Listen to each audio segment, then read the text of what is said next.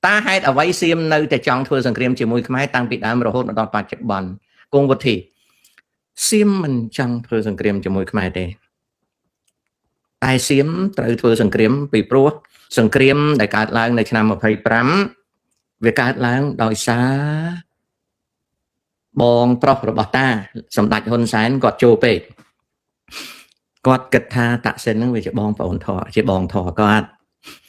ណាហើយណាមួយទៅតាំងពី2006មកលោកហ៊ុនសែនត្រូវបានពួកសៀមវាសរសើរវាថាសម្ដេចហ៊ុនសែននឹងមានគុណសម្បត្តិខ្ពស់ណាស់ជាមេដឹកនាំណាដូច្នេះហើយរដ្ឋាភិបាលប្រាយុទ្ធច័ន្ទអូចាអីក៏តែងតែតាក់ទងដូច្នេះនៅពេលដែលសៀមវាតាក់ទងជាមួយនឹងលោកហ៊ុនសែនវាសរសើរលោកហ៊ុនសែនហើយកូនធរកូនអីចវាយខេត្តខ្មែរយើងក៏សៀមវាសរសើរសៀមជាមនុស្សដែលចេះសរសើរដើម្បីទាញយកផលចៃដន្យអីប្រទេសកម្ពុជាយើងវាកើតជំងឺជោក្នុងកម្រិតធ្ងន់ទី4ដល់អញ្ចឹងទៅមេដឹកនាំយើងដោយលោកហ៊ុនសែនគាត់លឺសូរអញ្ចឹងគាត់ច្រឡំថាគាត់ពិតជាពូកែមែនដូច្នេះហើយគាត់ក៏កើតនៅជំងឺជោកម្រិតទី4មហារីកកម្រិតទី4ជោចិត្តងាប់ហើយណាអេដកម្រិតទី4ជោគឺមើលអត់ជេរទេ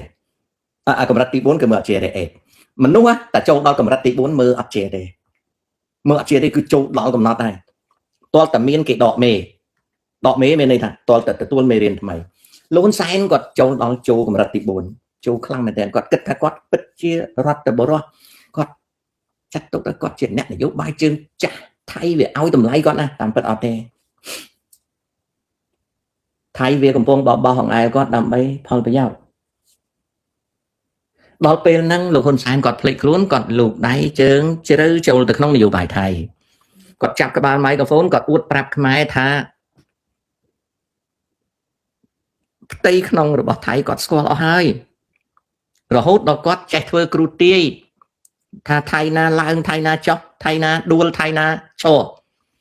ធ្វើឲ្យថៃនៅក្នុងជួរកងទ័ពវាខ្នាញ់ដល់វាខ្នាញ់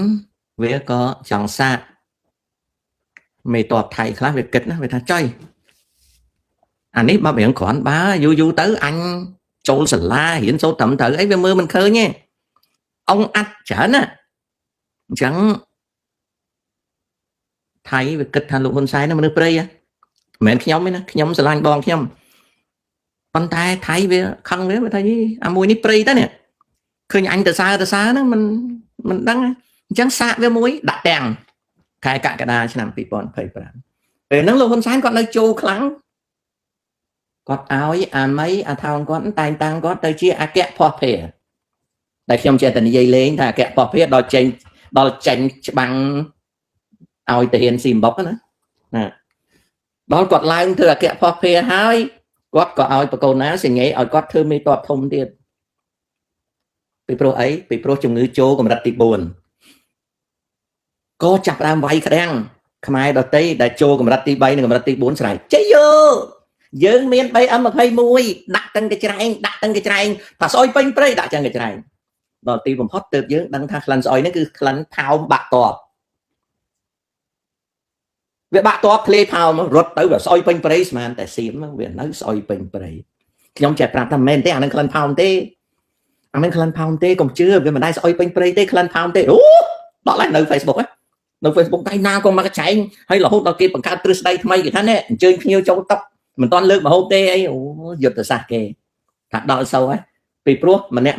សិតតែកើតជំងឺជោកម្រិតទី3និងកម្រិតទី4ថាជោនេះជោរហូតដល់ពេលក្រោយមកទើបដឹងថាក្លិនផោមស្អុយពេញព្រៃនេះគឺក្លិនបាក់តបបន្តិចម្ដងមកដល់ពេលនេះទើបយើងដឹងថាដីជាង50កន្លែងត្រូវធ្លាក់ទៅក្នុងទឹកដីទៅក្នុងកណ្ដាប់ដៃថៃនេះគឺជាមូលហេតុសង្គ្រាមណានេះគឺជាមូលហេតុសង្គ្រាមអូខេអានឹងអញ្ចឹងណាលោកតាខ្ញុំបានអាហារូបករណ៍ទៅសិក្សានៅចិនតែខ្ញុំនៅស្ទាក់ស្ទើរតើជំនាញ Big Data Management និង application ល្អឬទេល្អហើយទៅបើសិនជាគេបង់លុយឲ្យរៀនហើយបរិញ្ញាបត្រពីសាកលវិទ្យាល័យចិនមកធ្វើការនៅអាមេរិកបាន okay data management data engineer data infrastructure engineer សុទ្ធតែជាកិច្ចការល្អការងារហ្នឹងនៅស្រុកខ្មែរអត់មានទេប៉ុន្តែយើងអាចតាក់ទងអនឡាញរកការងារធ្វើល្អណាស់កូនសុំឲ្យរៀនបាន master ហើយសាលាចិនល្អណាកូនណាអាហ្នឹងចឹងលោកតានៅកម្ពុជាឥឡូវមានសិស្សចាប់អារម្មណ៍រៀន MIS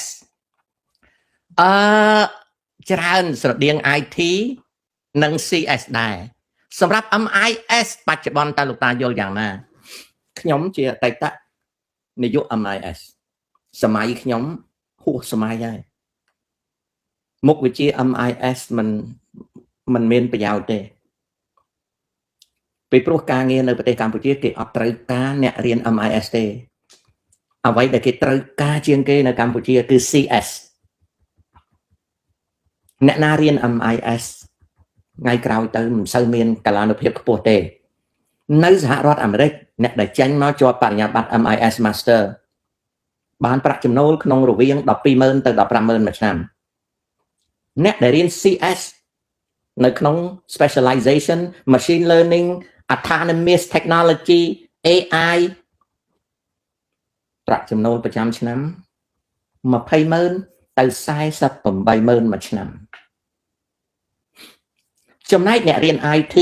គេឲ្យតម្លៃត្រឹមតែពួក bachelor degree បរិញ្ញាត្រីបរិញ្ញាបត្រត្រីនិងអស់ធំហើយបរិញ្ញាបត្រតូ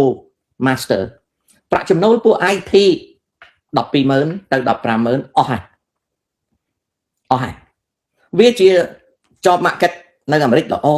តែវាអត់ថ្លៃទេពីព្រោះពួក IT ភាគច្រើនជា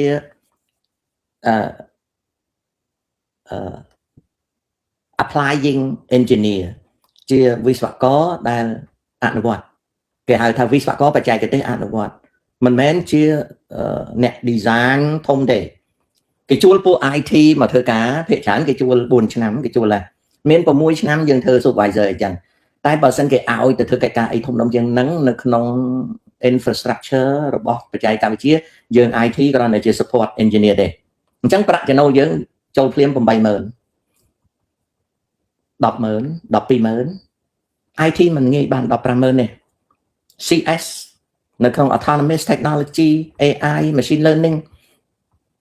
cloud 50,000 មួយឆ្នាំហើយមានអនាគត AI អត់អាចនឹងបំផ្លាញ CS បានទេមានន័យថា CS វា multipliable វាមាន durability នៅក្នុងការសិក្សាផ្នែកបច្ចេកវិទ្យាវាជា gold standard ជឿឬមិនជឿអានឹងស្រាច់តែចិត្តតែតាអត់ឲ្យជឿទេតាឆ្លើយឲ្យយល់ណាកូនណាអានឹងចាំលោកតាខាងស្រុកខ្មែរឥឡូវនេះមានភាគច្រើនមានមុខវិជ្ជាតែភាគច្រើនសិស្សនិស្សិតមួយចំនួនដែលកំពុងតែរៀនសិតសឹងតែមានការងារធ្វើសូមលោកតាជួយឲ្យជាគំនិតនិងយោបល់ដើម្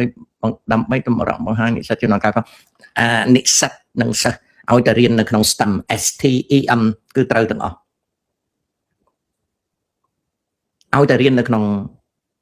វិទ្យាសាស្ត្របច្ចេកវិទ្យាវិស្វកម្មហើយនិងគណិតសាស្ត្រត្រូវទាំងអស់ណាត្រូវទាំងអស់ចង់ឲ្យចៅហ្នឹង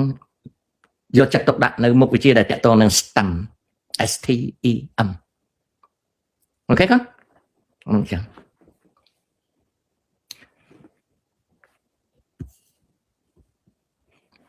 លពូ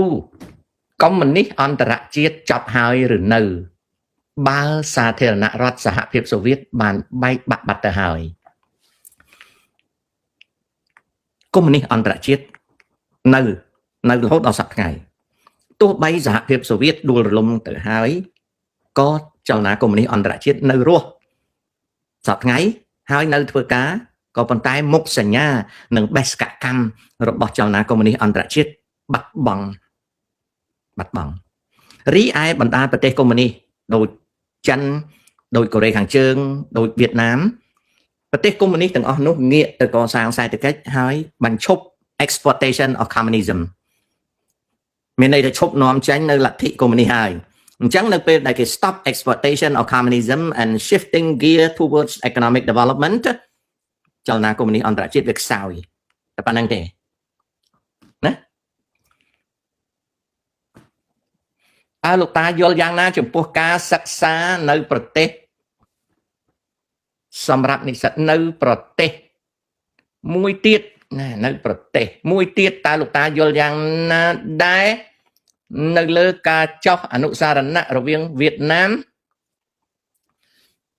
កម្ពុជាការចុះអនុសារណៈគឺជាការព្រមព្រៀងគ្នាគ្មានអីត្រូវបញ្យល់ទេរីឯការសិក្សាឲ្យតែសាលានោះចេញសញ្ញាបត្រត្រឹមត្រូវនៅប្រទេសកម្ពុជាក៏ដោយនៅក្រៅប្រទេសកម្ពុជាក៏ដោយបច្ចុប្បន្ននេះតានិយាយថាកុំគិតរឿងទៅសិក្សានៅអូស្ត្រាលីកូនអ្នកមានគេគិតចោះតែយើងអ្នកក្រកុំគិតអារឿងទៅសិក្សានៅអូស្ត្រាលីកុំគិតរឿងសិក្សានៅអាមេរិកឬនៅអឺរ៉ុបចៅដែលមានជីវភាពមិនសម្បូរលុយកាក់សាលាដែលល្អគឺនៅក្បែរផ្ទះយើងឯងគឺនៅវៀតណាមអ្វីដែលចៅត្រូវបំពន់កុំឲ្យដាច់គឺភាសាអង់គ្លេសហើយសាលាដែលគួរតែស្វាស្វែងទៅរៀនគឺនៅស្រុកវៀតណាមនៅស្រុកវៀតណាមទី1ឥឡូវនេះសាលាសម្រាប់កូនខ្មែរក្រីក្ររៀនគឺនៅវៀតណាមសាលាទី2គឺសាលានៅប្រទេសចិនសាលានៅប្រទេសចិនទៅរៀនថៃសាលាថៃលែងល្អហើយកម្មវិធីសិក្សាថៃអន់ទៅហើយថៃកំពុងកើតមហារីករបស់ថៃគឺអំពើពុករលួយណាទាំងពុទ្ធសាសនាក៏កើតមហារីកពុទ្ធសាសនាថៃចូលកម្រិតទី 3B ហើយមានន័យថាចិត្តអលាយហើយណាពុទ្ធសាសនាថេរវាទចូលកម្រិតមហារីកទី 4 ហើយរីឯប្រទេសកម្ពុជាអត់មានទេពុទ្ធសាសនា7មករាអញ្ចឹងសាសនា7មករាមិនមែនជាជំងឺមិនមែនជាសាសនាកើតមហារីកទេគឺជាមេរោគមហារីកដែលកំពុងតែសម្លាប់ខួរក្បាលខ្មែរសម្រាប់យាយយើងខួរក្បាលយាយយើងធ្វើឲ្យខួរក្បាលយាយយើងម៉ែយើងអីហ្នឹងខូចអស់ព្រោះសាសនាហ្នឹងជាសាសនាមហារីកណាគេហៅថាសាសនា7មករាចំណែកឯថៃពុទ្ធសាសនាកើតមហារីកហើយកម្រិតសិទ្ធិទី 3 ទី 4សាលាដែលកូនខ្មែរសំទោសសាលាដែលកូនខ្មែរត្រូវរៀនគឺនៅវៀតណាមសាលាល្អណាស់សាលាទី 2គឺនៅចិនថ្ងៃក្រោយណាបរិញ្ញាបត្រចេញពីសាកលវិទ្យាល័យវៀតណាមអ្នកណាក៏ជួលដែរហើយបើមានលុយបន្តិចបន្តួចអាចរៀនបាននៅសាកលវិទ្យាល័យតៃវ៉ាន់ល្អណាស់មករៀនអាមេរិកអីវាអស់តែលុយទេតែបើមករៀនឲ្យបានរស់នៅអានឹងមកចុះពីព្រោះអាចមកធ្វើការដកពិសោធន៍បានចុះមិនអាលជាអដ្ឋភ្លាមអានឹងចឹង What do you think about agriculture subject agriculture ល្អណាស់ទោះបីគេអត់ឲ្យតម្លៃក៏ដោយល្អណាស់បើយើងពិតជាមុះមុតក្នុងមុខវិជ្ជាហ្នឹងយើងកសាងជីវភាពបានយ៉ាងស្រួលនៅប្រទេសកម្ពុជានៅពេលដែលមនុស្សរវល់រអ៊ូនឹងកសិផលលក់មិនបានថ្លៃអីហ្នឹងណាហើយនៅពេលនេះ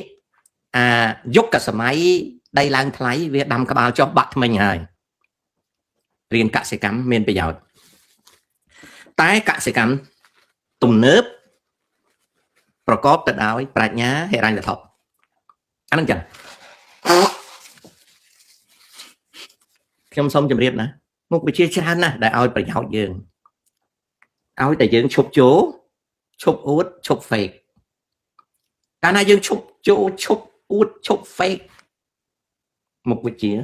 មានប្រយោជន៍ចំពោះយើងណាស់ចឹងវិលមកជួបប្រិយមិត្ត3 ទៅ 5 នាទីទៀតនៅ YouTube ជំរាបលា